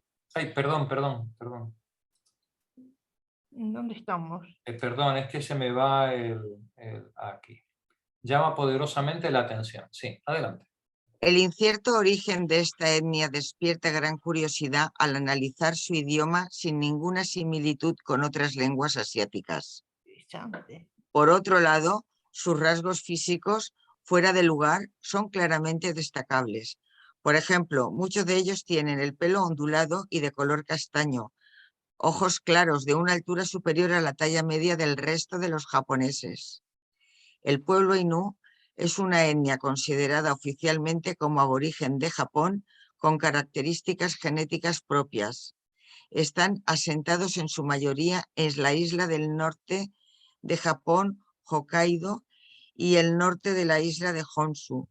Sin embargo, algunos de ellos también están presentes en las islas Kuriles y Sajalín al este de Rusia. Aquí tenéis otra imagen magnífica. Sí. ¿No sabéis en qué época sacaron esta foto, Jorge? Y es blanco y negro, seguramente estamos hablando de principios de siglo. Ah, mira la mujer con el bebé, qué lindo ahí. Sí. Te parece un muñeco. Continuamos. Actualmente, el censo oficial de personas ainú cuyos padres o al menos uno de los padres pertenecen a esta etnia son algo más de 25.000 personas. Sin embargo, la realidad va más allá de los datos oficiales, ya que extraoficialmente se estima que puedan llegar a ser en torno a 200.000 personas los integrantes de esta singular etnia. El origen de los ainú. Existe una serie de características lo suficientemente diferenciadas y únicas que permiten considerarlos como uno de los pueblos más enigmáticos del mundo. Rasgos físicos. A diferencia del resto de los japoneses, los individuos pertenecientes a la etnia del pueblo ainú tienen una gran cantidad de vello corporal. Este es un hecho diferenciador muy llamativo que los separan del resto del Japón, así como del resto de pueblos asiáticos. Ninguno de nosotros diría que este señor es un Japón. Para nada. Ninguno. Adelante. Tienen pelo extrañamente ondulado y en muchas ocasiones de color castaño, algo que no encaja con la zona donde se encuentran asentados. Tradicionalmente los hombres portan grandes barbas y bigotes. También llama la atención lo poco atenuada que tiene la característica asiática de tener ojos rasgados, algo realmente extraño, tratándose de un grupo poblacional de Extremo Oriente. De igual forma, también es llamativo el color de sus ojos, normalmente tirando a claro. Tenéis otra magnífica foto. Con unos... ¿Qué es? ¿Un oso que tienen ahí? Sí. O un perro con un aspecto de oso que mata. Sí. Es un oso, es un oso. ¿Un oso? Sí, pero parece un oso pequeño, como un osezno. No sé. No. Sí. Continúa, Monse. En relación a la talla, cabe decir que cabe son más bien V, con, sí, más bien con B, ¿no? Sí, cabe decir que son bastantes más altos respecto a la media del resto de los japoneses. El idioma Ainu no tiene relación con el resto de lenguas asiáticas. Analizando ciertos aspectos de un idioma, como la estructura y patrones del lenguaje, y equiparándolo posteriormente con otros idiomas y grupos étnicos diferentes, se puede intentar determinar el origen antropológico de un grupo étnico y llegar a conclusiones muy clarificadoras sobre movimientos o migraciones poblacionales en el pasado.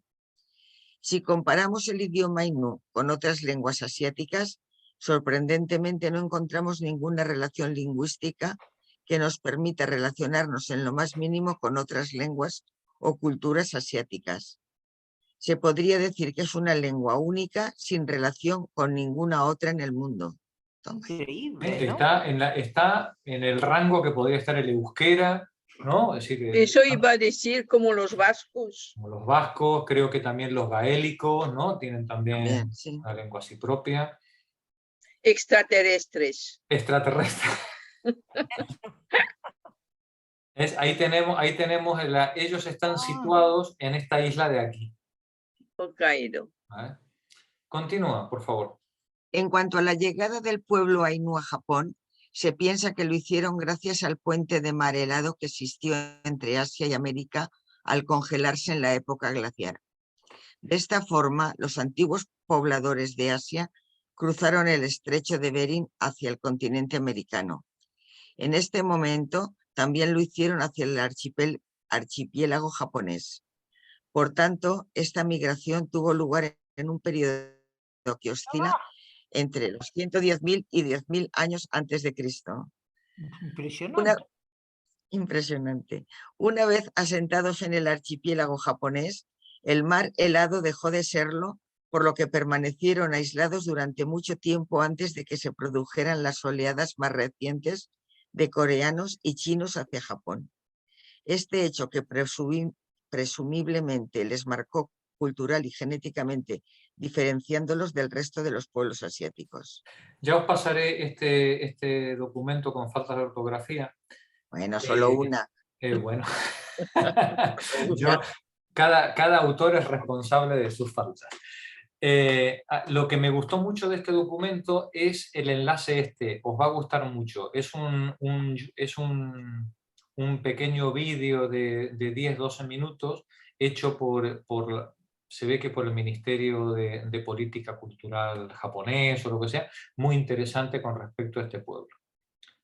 Y nada, termina. El pueblo Ainu en la actualidad. Una pregunta, Sí. pero si estaban aislados, el tema de, pues eso, la reproducción y la consanguinidad y todo esto, que no sé, para no caer en... O sea, renovar, en poblaciones pequeñas no hay ningún peligro. El peligro se produce en poblaciones grandes. En poblaciones pequeñas, los genes defectuosos se aíslan y desaparecen rápidamente del grupo. No hay ningún problema. Eso es una interpretación que fue corregida en la antropología en los últimos 30 años o 35 años. Sí. Es un tema de tamaño de poblaciones. No lo sabía porque, por ejemplo, bueno, por lo menos aplicable hasta ahora con los animales igual, que en muchas comunidades animales los machos son expulsados o se van precisamente para Sí, renovar, ¿no? pero porque ya no opera la selección natural. Pero cuando la selección natural opera, Ajá. y los sujetos con problemas quedan eliminados automáticamente y no transmiten la herencia. ¿Vale? Vale, gracias. Continúa, Monse, termina el texto. El pueblo ainú en la actualidad. Como minoría y debido a su diferenciación física y lingüística, los ainús siempre han estado discriminados y empujados al aislamiento social. Pero el 6 de junio de 2008, el gobierno japonés aprobó una resolución en la que por primera vez en la historia se reconocía formalmente al pueblo ainú como pueblo indígena con idioma, religión y cultura propia. Desde entonces se intenta catalogar y recuperar lo que queda de la tradición popular ainú, transmitida de generación en generación. En 2008. A ver, se dice pronto. Bueno, y aquí tenemos a los herederos del pueblo ainú, de traje y corbata como Cocodrilo Dandy, ¿no? Pues paseándose delante del tribunal para pedir por sus derechos. Bueno, quería compartir con vosotras esta lucha del pueblo ainú para que no quedara solamente como un pueblo maltratado por su ignorancia. Muy interesante. Sino colocar esa situación en su marco político, económico y cultural, en el cual esos hechos, esas acciones, es donde cobran sentido, ¿no? El arrumbamiento, en este caso, de los viejos, forma parte de esa situación de vida al borde de la extinción, en la que esta gente ya estaba en 1893, cuando se hace este estudio. Nani, continúa tú, por favor. Creo que es la miseria. La miseria, cuando es extrema, página 60. La miseria, cuando es extrema, es un factor determinantemente. Sofoca es un factor determinante. Sofoca los sentimientos.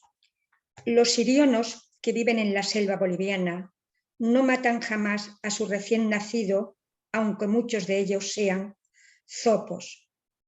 Aman a sus hijos que les corresponden, pero esta tribu seminómada está constantemente amenazada de hambre.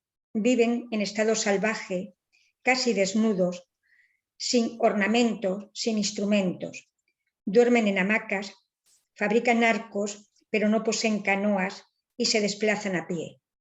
Ya no saben siquiera encender el fuego, lo transportan consigo. No tienen animales domésticos. Durante la estación de las lluvias se meten en chozas polvorientas.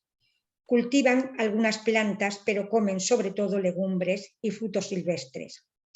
En la estación seca pescan y cazan. No tienen mitos, no tienen hechicería, no saben ni contar ni medir el tiempo. No tienen organización social ni política. Nadie administra la justicia. Se pelean enormemente por cuestiones de alimentos. Cada uno lucha por su vida. Esta existencia es tan penosa que desde los 30 años las fuerzas disminuyen. A los 40 están gastados. Entonces los hijos descuidan a sus padres. En las distribuciones de alimentos los olvidan. Fijaros de qué manera lo presenta Simón, ¿no? Bueno, entiendo yo que transcribiendo los informes de los etnólogos, ¿no? Empieza el párrafo con una línea demoledora. La miseria, cuando es extrema, es un factor determinante.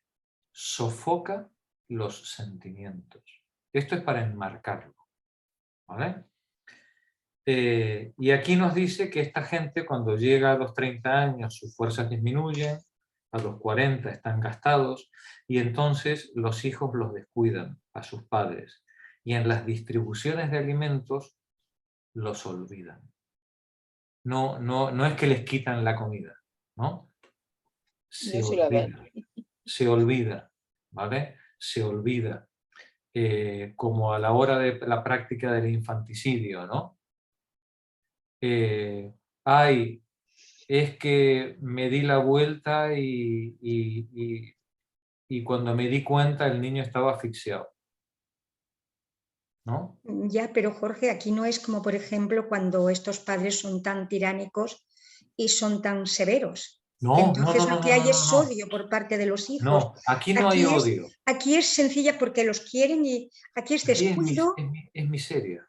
Miseria. Es la miseria. Y esa miseria... Supervivencia, claro. Esa miseria lleva a una práctica, a una normalización del abandono. Porque las personas necesitamos sentirnos moralmente sanas. No podemos actuar de forma deliberada una y otra vez contra quienes tenemos al lado y mucho menos contra quienes queremos.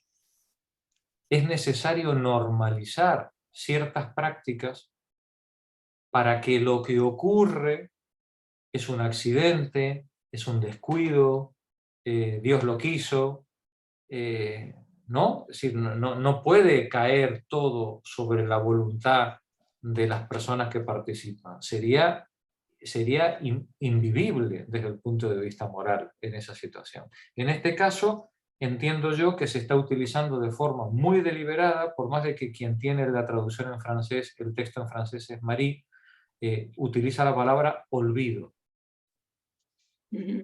¿no? Tú tienes el texto en francés, ¿no, Marie? Lo vas siguiendo. No lo tengo en francés, no me ha llegado. Ah, Lo tengo en casa de mi cuñada, pero como no me he ido a Francia, pues no me lo he podido traer. Bueno, pues cuando te lo traigas, estará bien ir viendo matices, porque muchas veces en la traducción perdemos los matices, ¿no? Sí. Perdemos los matices. Continúa, Nani. Las gentes de edad caminan lentamente. Son un impedimento en las expediciones. Holmberg cuenta que la víspera de un desplazamiento colectivo me llamó la atención una vieja que estaba acostada, enferma, en una hamaca, demasiado mal para hablar.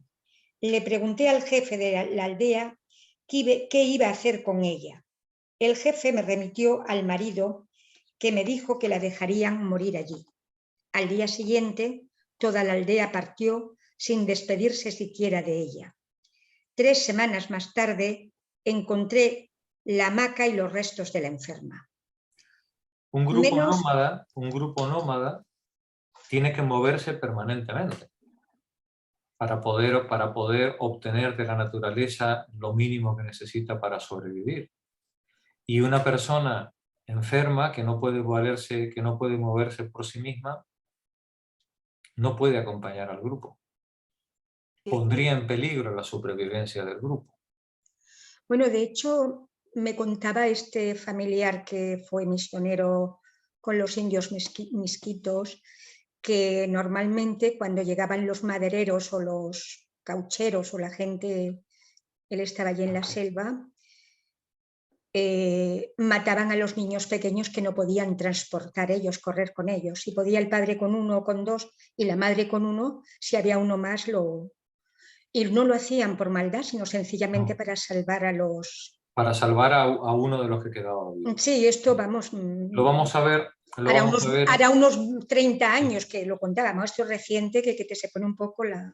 Ese caso lo vamos a ver también descrito en los informes que es cuando hay 2 o 3 infantes y hay que salir por pies y pues, solo se puede cargar uno, el otro se tiene que quedar, ¿no? ¿En qué año fue esto de Holmberg?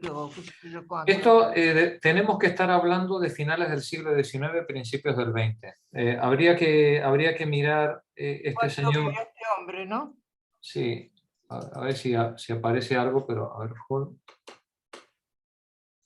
Y supongo que ese grupo siriones no existe más ahora, ¿no? Seguirá, yo lo encontré, pero le pasa lo que a los ainús, están totalmente aculturados, han quedado integrados dentro de la sociedad boliviana, ¿no? Lo que pasa es que han quedado integrados como subgrupos periféricos dentro de la comunidad, ¿no? Che, ¿y estos ainús se mezclaron con los japoneses o se mantuvieron entre ellos? Algunos se mezclaron, Algunos se enamoraron. pero la sociedad japonesa ha sido hasta hace poco tan racista, tan segregacionista, igual que la australiana, igual que la nuestra. No estoy poniendo ahora un ranking, ¿vale? Pero digamos, el segregacionismo lleva justamente pues, a mantener aisladas estas poblaciones, ¿no? Pues, Jorge. Di, Magdalena. Otra cosa, lo que me llama la atención de este pueblo es lo de la falta de organización política, la falta de cultura y tal. Yo no sé si eso también está relacionado con lo de la miseria extrema. Claro, la pobreza miseria absoluta. extrema que lleva a que, bueno, no tener cultura, ni una jerarquía, ni tener... No llega a más la cosa que a coger el poco fruto que se pueda encontrar y... Sin organización y sin estructura y sin nada. Y seguir caminando. Y transportar el fuego, Magdalena, y aquí no lo, el fuego. Y aquí no lo figura dice, importante del grupo. Exacto. Y aquí no lo dice, pero seguramente estaremos hablando de comunidades muy pequeñas, de a lo mejor 7, 8, 10 personas, 15 personas, no más. No más. ¿Vale? Qué terrible, ¿no? Sí. Continúa, Nani. Menos desposeídos que los sirionos, los Fang, unos 127.000 instalados en la parte superior de Gabón, viven casi todos en la inseguridad.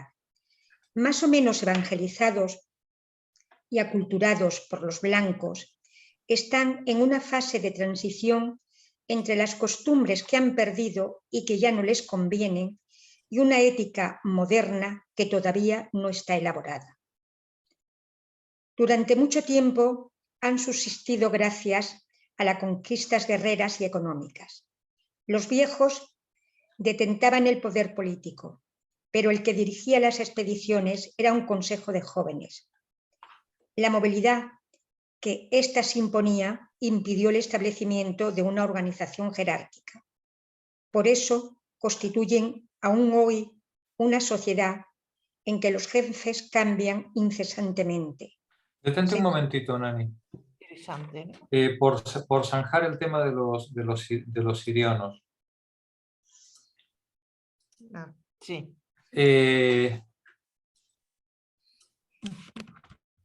Aquí estamos hablando, nos dice el artículo, es un pueblo indígena de las tierras altas, de las tierras bajas de Bolivia, al norte de Santa Cruz.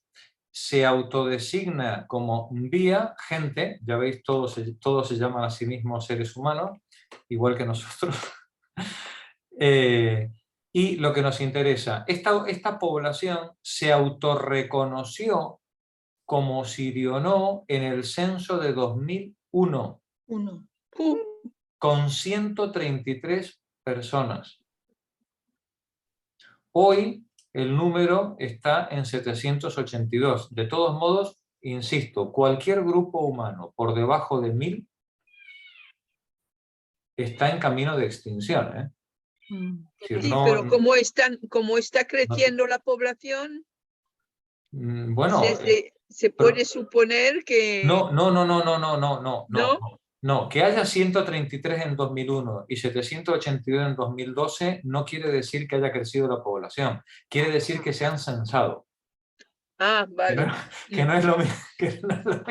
Vale, porque es que me parecía enorme como claro, proporción, no. Probablemente sea lo contrario, cada vez haya menos, ¿no? Vale. Esta gente, ¿vale? Ya os pasaré el artículo este, ¿vale? De lo que sabemos hoy día, de cómo están hoy o como se les ha conocido en los últimos años, ¿vale? Continúa. Estábamos viendo a los fans del Gabón, ¿vale? Sí, se distribuyen en varias aldeas que se desplazan a menudo. En la actualidad, sus principales actividades son la caza y la pesca. Existe también un campesinado sedentario, que cultiva sobre todo el cacao y goza de cierta prosperidad. En todas esas comunidades, los más honrados son los más ricos.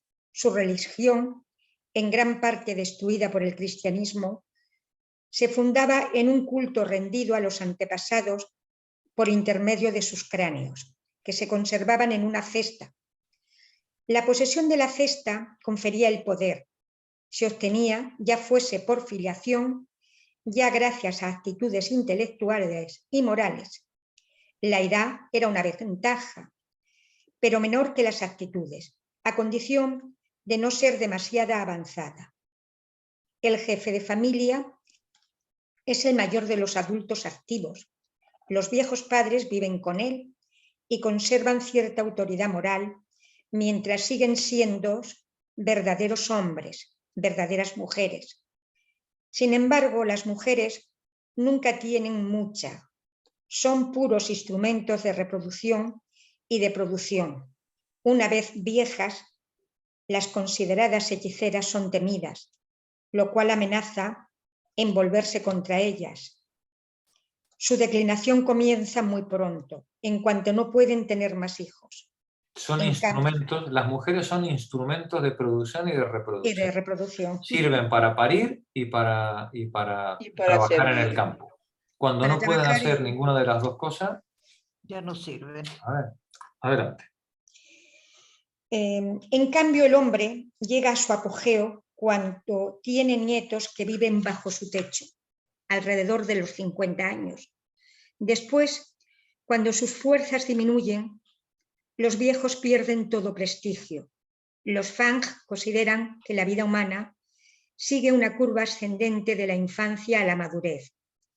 Luego descienden hasta el nivel más bajo, para volver a subir más allá de la muerte. La riqueza, los conocimientos mágicos pueden compensar la disminución senil, pero en conjunto se aparta a los viejos de la vida pública. Llevan una existencia marginal y no tienen ninguna consideración con ellos. Descrépito, se les desprecia al punto de que después de su muerte sus cráneos no es utilizado en las ceremonias de culto. Si no tienen hijos, su condición es muy dura. Incluso los convertidos al cristianismo son muy descuidados y miserables, sobre todo las viudas. En otros tiempos eran abandonados en la selva durante las migraciones. Ahora, cuando la aldea se traslada, cosa frecuente, los dejan detrás, en la indigencia más completa. Los viejos aceptan su suerte y dicen que incluso bromean. Algunos se declaran fatigados de la vida y se hacen quemar vivos. A veces sus herederos se desembarazan de ellos. Nada más lejos de una visión bucólica del asunto, ¿no? Pero es que parece ser que es en toda, desde el comienzo de la vida. Esto es terrible. No, ya veremos que hay otros modelos. ¿Hay alguna alegría? ¿Hay alguna alegría? Sí. Hay modelos muy bonitos, pero son incompatibles con la precariedad. ¿Con la qué? Con la precariedad. Jorge, ¿puedo decir una cosa? Di, Marta, claro. Bueno, yo viví en una comarca indígena 30 años. El problema es, o los preparás para la vida actual capitalista, o están en la miseria y desaparecen. Entonces, al prepararlos pierden toda la belleza. Cuando yo llegué hace 35 años, todavía había ciertos ritos, había música, había todo. Y ahora, con la preparación, con la escuela moderna y los teléfonos y la televisión, todo eso, perdieron toda su belleza. Pero, si querés, bueno, tal vez viven mejor o peor, qué sé yo, ¿no? Pero es el gran dilema, o se los deja en medio de la selva o se los trae para la civilización. Se los alfabetiza o se los deja con sus costumbres ancestrales. Es que tiene muy mala solución, porque nuestro sistema productivo es expansionista. Nosotros vivimos nuestro bienestar, esta sesión que estamos teniendo, la luz que estamos disfrutando, los móviles, el papel de nuestros libros, existe porque somos depredadores. Sí, de acuerdo. Y esa depredación primero la hicimos con nuestras comunidades, y cuando agotamos nuestras comunidades, entonces nos fuimos a América Latina, a África, ¿no? La Primera Guerra Mundial fue una guerra de depredación por los recursos. La Segunda Guerra Mundial fue una guerra de depredación por los recursos. Todas las guerras son una guerra de depredación por los recursos. La guerra de Ucrania ahora es una guerra de depredación por los recursos. Sí, nosotros vivimos, todo nuestro sistema de vida gira alrededor de expropiar los recursos ajenos, los recursos materiales, pero también sus cuerpos, sus vidas. Y culturales, ¿no? Bueno, es que para expropiar sus vidas hay que someterles, y para someterles hay que destruir su cultura. Hay que destruir su religión, su organización política, hay que aculturarle. Cuando uno ve esas fotos de las indiecitas vestidas con los trajes españoles y el pelo peinado con la raya al medio, se nos estruja el corazón. Sí. Se nos estruja el corazón de ver la destrucción cultural que nosotros llevamos. Eso que tú planteas, Marta, no tiene solución desde el punto de vista de la víctima. Estos pueblos, como víctimas de nuestra depredación, no tienen capacidad para oponerse. Y cuando se oponen, si no se oponen, les liquidamos, y si se oponen, les liquidamos. ¿No? Si de cualquiera de las dos maneras, les liquidamos. La única posibilidad que tienen es la de integrarse, y lógicamente integrarse al precio de la desaparición de su cultura. Pero siempre se van a integrar en una posición subordinada. ¿Una posición como? Inferior. Subordinada, sí, inferior. Sí, ¿vale? es verdad. Nunca les vamos a permitir un trato de igualdad. Ahora, yo creo que los zapatistas lo están logrando. Bueno, al precio de una guerra, claro. Sí, que están logrando guardar sus costumbres, sus ropas, sus idiomas. No, si la resistencia está bien, ¿vale? Lo que quiero decir es que la resistencia tiene poca perspectiva de éxito. Vamos a ver, lo voy a decir bien y que no se me entienda mal, ¿vale? No me malinterpretéis. La única posibilidad que tiene un pueblo de la periferia para sobrevivir es ser pobre, rematadamente pobre. Sí. Como tenga algo que nosotros necesitemos, no vamos a dejar ni las piedras. Sí, tienes razón, porque con el litio está ocurriendo en el Congo. Me da igual el litio, el petróleo, el oro, el tungsteno, la madera, los metales raros, la madera. Si es algo que tiene algún valor, les vamos a pasar por la picadora de carne. Las personas también, sobre todo las mujeres. Las mujeres, claro. Ahora bien, si son rematadamente pobres, por eso, entonces puede que les dejemos en paz. Esa es la famosa frase de Galeano, ¿no? La desgracia de los países pobres es su riqueza. Es su riqueza. No hay mayor desgracia que tener una gran riqueza.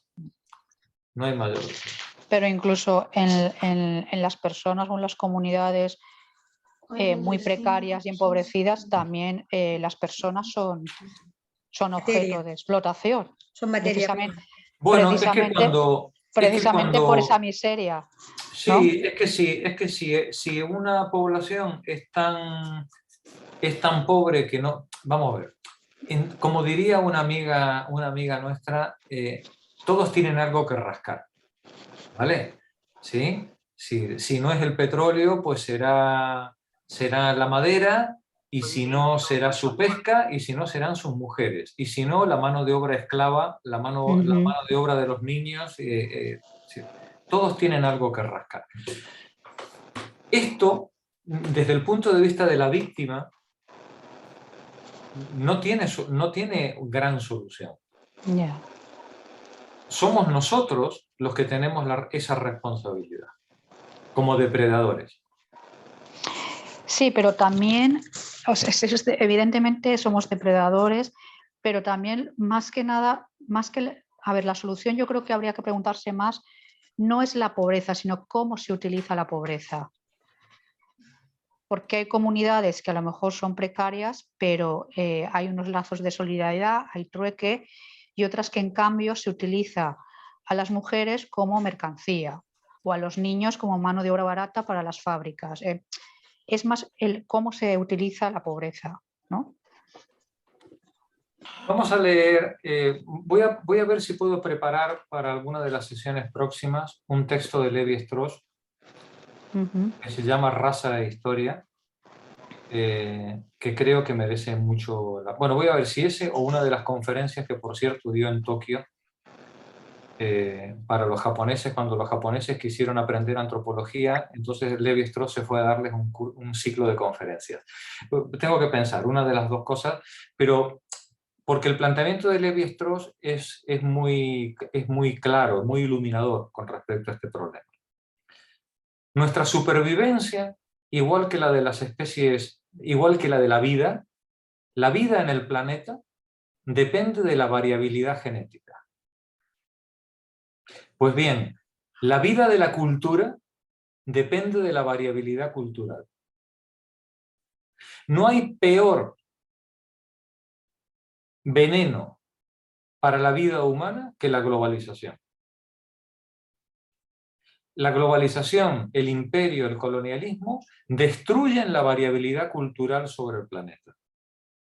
Y destruyendo la variabilidad cultural, destruyen sus posibilidades de crecimiento y mejora. Exacto. Para poder seguir creciendo como especie, para poder seguir desarrollándonos hacia un futuro mejor, necesitamos poder proteger y mantener la diferencia dentro de una relación que no vaya devorando a los pueblos más débiles y a las culturas más débiles. Esa es la única posibilidad que tiene el ser humano de poder seguir enriqueciéndose hacia el futuro. Todo lo demás es transformar la cultura en un gigantesco McDonald's global en el que la televisión y la basura lo va a uniformar todo y vamos a quedar todos reducidos a Bangladesh. ¿Qué has dicho, Jorge? Que vamos a quedar reducidos a Bangladesh. Sí. A no ser que caiga el meteorito antes. Sí, Si seguimos avanzando por el camino que vamos, el futuro de la humanidad... Estamos retrocediendo. El futuro de la humanidad es Bangladesh. ¿Es como? Bangladesh. Una sociedad muy tecnificada, con una miseria galopante y extendida a todos los rincones. Bueno, pues Eso le irá bien a 4, pero no le va a ir bien al resto de la humanidad.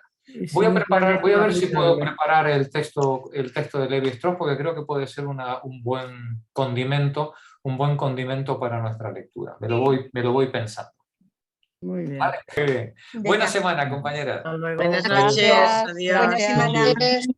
Adiós. Hasta mañana. Mañana. Mañana. No. Hasta mañana.